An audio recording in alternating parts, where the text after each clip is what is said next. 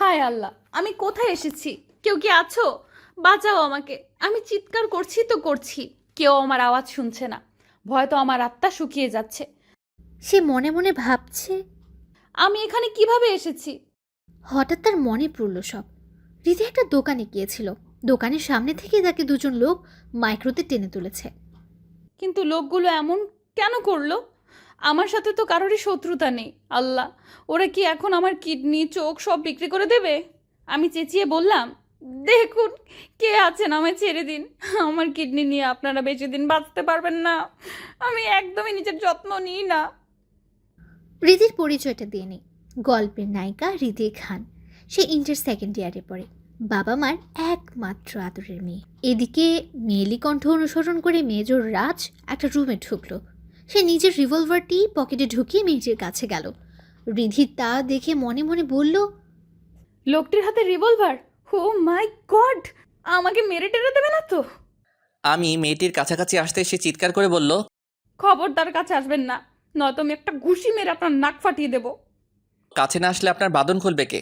রিধি তার বাঁধা হাতের দিকে তাকিয়ে বলল। ও আচ্ছা, হ্যাঁ, তাড়াতাড়ি খুলুন। রাজ রিধির বাঁধন খুলে দিতেই রিধি লাফিয়ে একপাশে চলে গেল। চলুন তাড়াতাড়ি, আমাদের এখান থেকে বেরোতে হবে।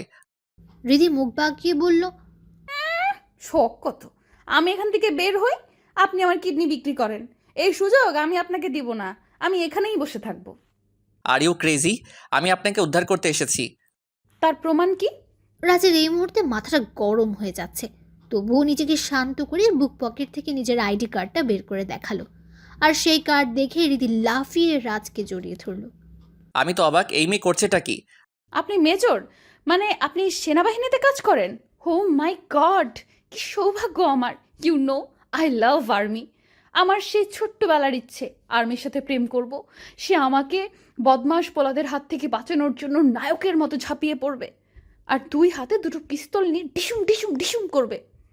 রাজ রিধির কাছ থেকে নিজেকে ছাড়িয়ে বলল, আপনার কি মাথা নষ্ট হয়ে গেছে? হ্যাঁ। এই মেয়েটার বকবকানি বন্ধ হচ্ছে না। এদিকে আমার হাতে সময় কম, তাই ওকে কোলে নিয়েই আমি রুমটা থেকে বেরিয়ে পড়ি। ওয়াও, আমার নায়ক আমাকে কোলে নিয়েছে। রাজ গাছের আড়ালে এসে রিধিকে ধপ করে মাটিতে ফেলে দিল। রিধি কোমর ঘষতে ঘষতে বলল, মাই হিরো, তুমি আমাকে এভাবে ফেলে দিলে কেন? আমার ব্যথা লাগে না বুঝি? কি সাংঘাতিক মেয়ে! আপনি থেকে তুমি, এখন আবার hero? I love you hero. এই মেয়ে দূরে থাকো আমার থেকে। তোমার কি ভয় লাগছে না? তুমি জানো তোমাকে যারা ধরে এনেছে তারা নারী পাচার করে? আমার এত কিছু জেনে কি হবে? তুমি তো সব জানো, তাতেই চলবে। আর তুমি কি আমাকে পাচার হতে দিতে বলো? আমি পকেট থেকে একটা স্কচ টেপ বের করে মেয়েটার মুখে লাগিয়ে দিয়ে বললাম, চুপ করে থাকবে। আর একটা আওয়াজ যদি বের হয় আমি আবার ওই রুমে রেখে চলে আসব। রিধি বাদ্য মেয়ের মতো রাজের পেছন পেছন হাঁটছে। রাজ খুব সাবধানে পা ফেলছে। কেউ সামনে পড়লে তাকে মেরে হাত পা ভেঙে দিচ্ছে। আমরা মেইন রোডে আসার আগে বাকি অফিসাররা চলে আসে। তারা এসে লোকগুলোর উপর আক্রমণ করে। আমি রিধিকে নিয়ে গাড়িতে উঠে বসি। স্কচ টেপ মুখ থেকে খুলে বললাম, আমরা এখন কোথায় যাচ্ছি হিরো? প্রথমত আমাকে হিরো ডাকা বন্ধ করো। দেখে তো মনে হচ্ছে স্কুলে পড়ো। না না না না, আমি কলেজে পড়ি, বিয়ের বয়স হয়ে গেছে। আচ্ছা, আমি দেখতে সুন্দর তাই না? তোমার কি আমাকে পছন্দ হয়েছে? আমার কোনো বয়ফ্রেন্ডও নেই। তুমি বরং বাসায় আজই বিয়ের প্রস্তাব পাঠিয়ে দাও। আমি মেয়েটার কথা শুনে ড্রাইভ করে ভুলে গেছি। কি পাগল মেয়ে রে বাবা! রিধির দেওয়া অ্যাড্রেসে চলে গেল রাজ। রিধি তাকে টেনে তার বাসায় নিয়ে এলো। আর্মির পোশাক না থাকায় কেউই বুঝতে পারছে না সে একজন মেজর। রিধি ঘরে ঢুকে দেখলো দরজা খোলা। সে চেয়ে চেয়ে ডাকতে লাগলো। মা, মা, কোথায় তুমি? রিধির মা দৌড়ে এলেন। কোথায় ছিলি এতক্ষণ? তোর ফোন বন্ধ কেন? তোকে পাওয়া যাচ্ছে না, তাই তোর বাবা এই মাত্র থানায় গেছে মামলা করতে। মা পাশে তাকিয়ে রাজকে দেখে বললেন, এই ছেলেটা কে? ও হচ্ছে আমার হিরো। ও আজকে আমাকে গুন্ডা লোকেদের হাত থেকে বাঁচিয়েছে। আসসালামু আলাইকুম আন্টি। ওয়ালাইকুম আসসালাম। বসো বাবা বসো। তোমাকে কি বলেছে ধন্যবাদ দেব? না আন্টি, ধন্যবাদ দিতে হবে না, এটা আমার দায়িত্ব। মা জানো, ও একজন মেজর। তাই নাকি? আন্টি আমি এখন চলি, আমার অনেক কাজ আছে। না না, এইভাবে হতে দেব না। প্রথম শ্বশুরবাড়িতে এসেছো, খেয়ে যাবে না? রাজ রিধির কথা শুনে চোখ বড় বড় করে তাকালো। রিধির মা মেয়ের হাত চেপে ধরে রাজকে বললেন, ওর কথা কিছু মনে করো না, পাগলি টাইপের। এবার পরিচয় দিই গল্পের নায়কের। মেজর রাজ। সে বাবা মার বড় ছেলে। তার ছোট ভাইও সেনাবাহিনীতে আছে। কয়েক মাস ধরে রাজের বাবা মা তার জন্য বউ খুঁজছেন, কিন্তু রাজের বিয়ের ব্যাপারে কোনো আগ্রহ নেই। এদিকে রাজ রিদিদের বাসা থেকে বের হতে যাবে, তখনই রিদি তার সামনে এসে বলল, কোথায় যাচ্ছ হিরো? ফোন নাম্বারটা দিয়ে যাও। আমার কাছে ফোন নেই, বাই। কথাটা বলেই রাত চলে গেল। রিদি সেখানে মুখটা লটকে দাঁড়িয়ে রইল। এভাবে অনেক দিন কেটে গেল। একদিন দুপুরে কলেজ থেকে বাসায় ফেরার পথে আবার রাজের দেখা পেল রিদি। ও মাই গড হিরো! রিধি এক দৌড়ে রাজের সামনে এসে দাঁড়ালো। রাজ রিধিকে দেখে চমকে গেল। রিধি বলল, হিরো, আমি রিধি, চিনেছ? ওই দিন আমাকে বাঁচিয়েছিলে। আমি তাকে দেখে চিনে ফেলেছিলাম, কিন্তু সেটা প্রকাশ করলাম না। বললাম আই এম সরি, আমি আপনাকে চিনি না। এই, তোমার স্মৃতিশক্তি কি লোপ পেয়েছে? আরে আমি আমি আমি আমি কি? আমি রিধি। আমি এই নামে কাউকে চিনি না। রাজ কথাটি বলে গাড়িতে উঠে পড়ল। রিধি সেখানে মুখ ফুলিয়ে দাঁড়িয়ে রইল আর বিড়বিড় করে বলল, দাঁড়াও, দেখাচ্ছি মজা। রিধি বাসায় না গিয়ে আরেকটা গাড়ি নিয়ে রাজকে ফলো করতে লাগলো। ভাগ্যক্রমে রাজ বাসায় চলে এলো আর রিধিও রাজের বাসা চিনে নিল। কয়েক সপ্তাহ পর বাসায় এসে দেখি বাবা মা ড্রয়িং রুমে বসে আছে। আমাকে দেখে তার রাগী চোখে আমার দিকে তাকিয়ে রইল। আমি আরও অবাক হলে বাবা মার সামনে রিধিকে দেখে বললাম, এই মেয়ে তুমি এখানে? রাজ, তুই ওকে চিনিস? না, ও তো। রাজকে কিছু বলতে দিল না রিধি। সে কাঁদো কাঁদো কণ্ঠে বলল, না, এখন তো আমাকে চিনবে না। প্রেম করার সময় কি তো খুব মনে ছিল আমার কথা। এখন তো ভুলেই গেছো আমাকে।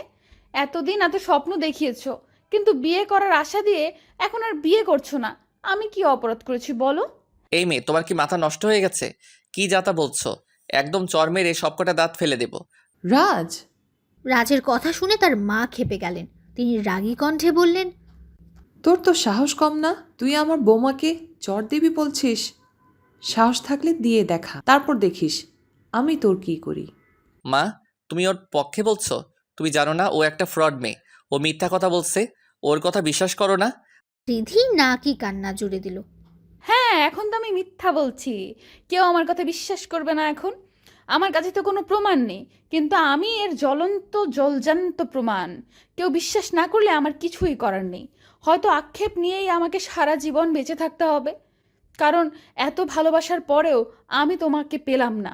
কি দুর্ভাগ্য আমার। এতক্ষণ রাজের বাবা চুপ করেছিলেন।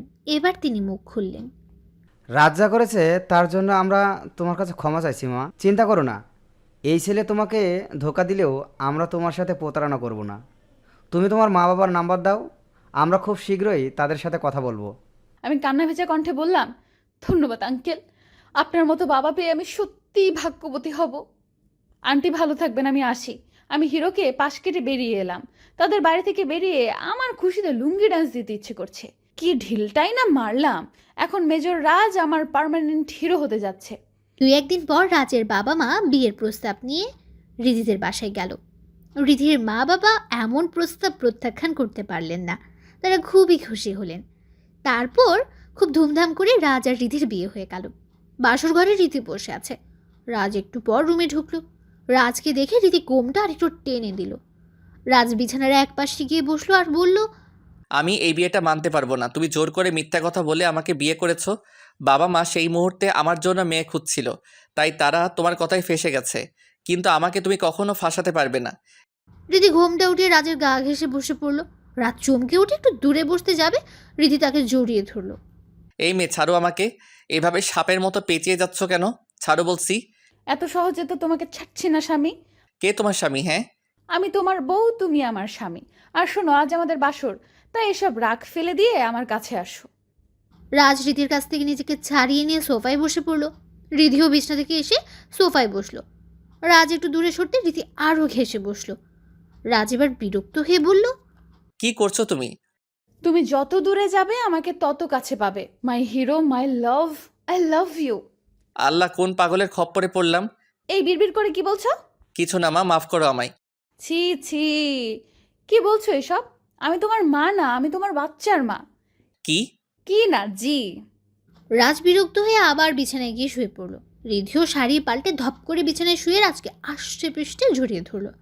রাজ তাকে ছাড়িয়ে বলল, কি করছো? কি করছি মানে? দেখছো না কি করছি? ঘুমাচ্ছি। তা তো বুঝলাম, আমাকে চেপে ধরেছো কেন? চেপে কোথায় ধরলাম? জড়িয়েই তো ধরলাম। এতদিন বুক বালিশ নিয়ে ঘুমিয়েছি, এখন আমার আস্ত একটা বর হয়েছে। তাকে জড়িয়ে না ধরে আমি কি বুক বালিশের উপর এখনো সেই প্রেম ভালোবাসা বিলাবো নাকি? আমাকে এখন ছাড়বে, নয়তো আমি তোমাকে ধাক্কা দিয়ে বিছানা থেকে ফেলে দিব।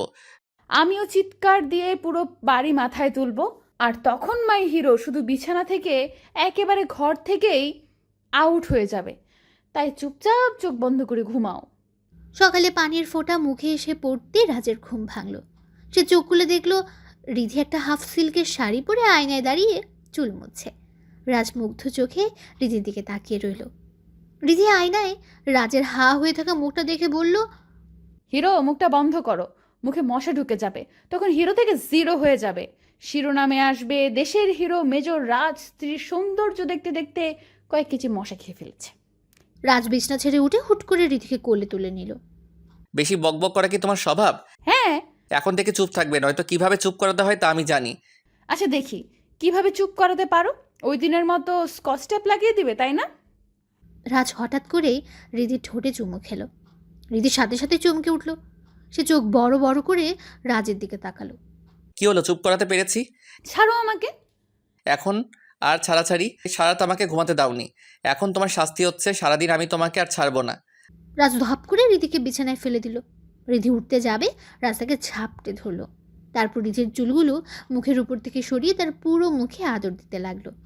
রিধি বলল, এখন নিচে যেতে। রিধিকে আর কিছু বলতে দিল না। রাজ রিধির ঠোঁটে চুমু খেতে লাগলো। রিধিও আর আটকালো না, দুজনেই প্রেমের সাগরে ভাসতে লাগলো। I love you Riddhi. কখন থেকে? সেই দিন থেকেই। তাহলে এত নাটক করলে কেন?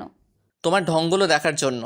রাজ রিধির কপালে চুমু খেয়ে বলল, আমি ভেবেছিলাম সব কিছু ধীরে সুস্থ হবে, কিন্তু তুমি তো টর্নেডোর মতো আমার বুকে ঝাঁপিয়ে পড়েছো।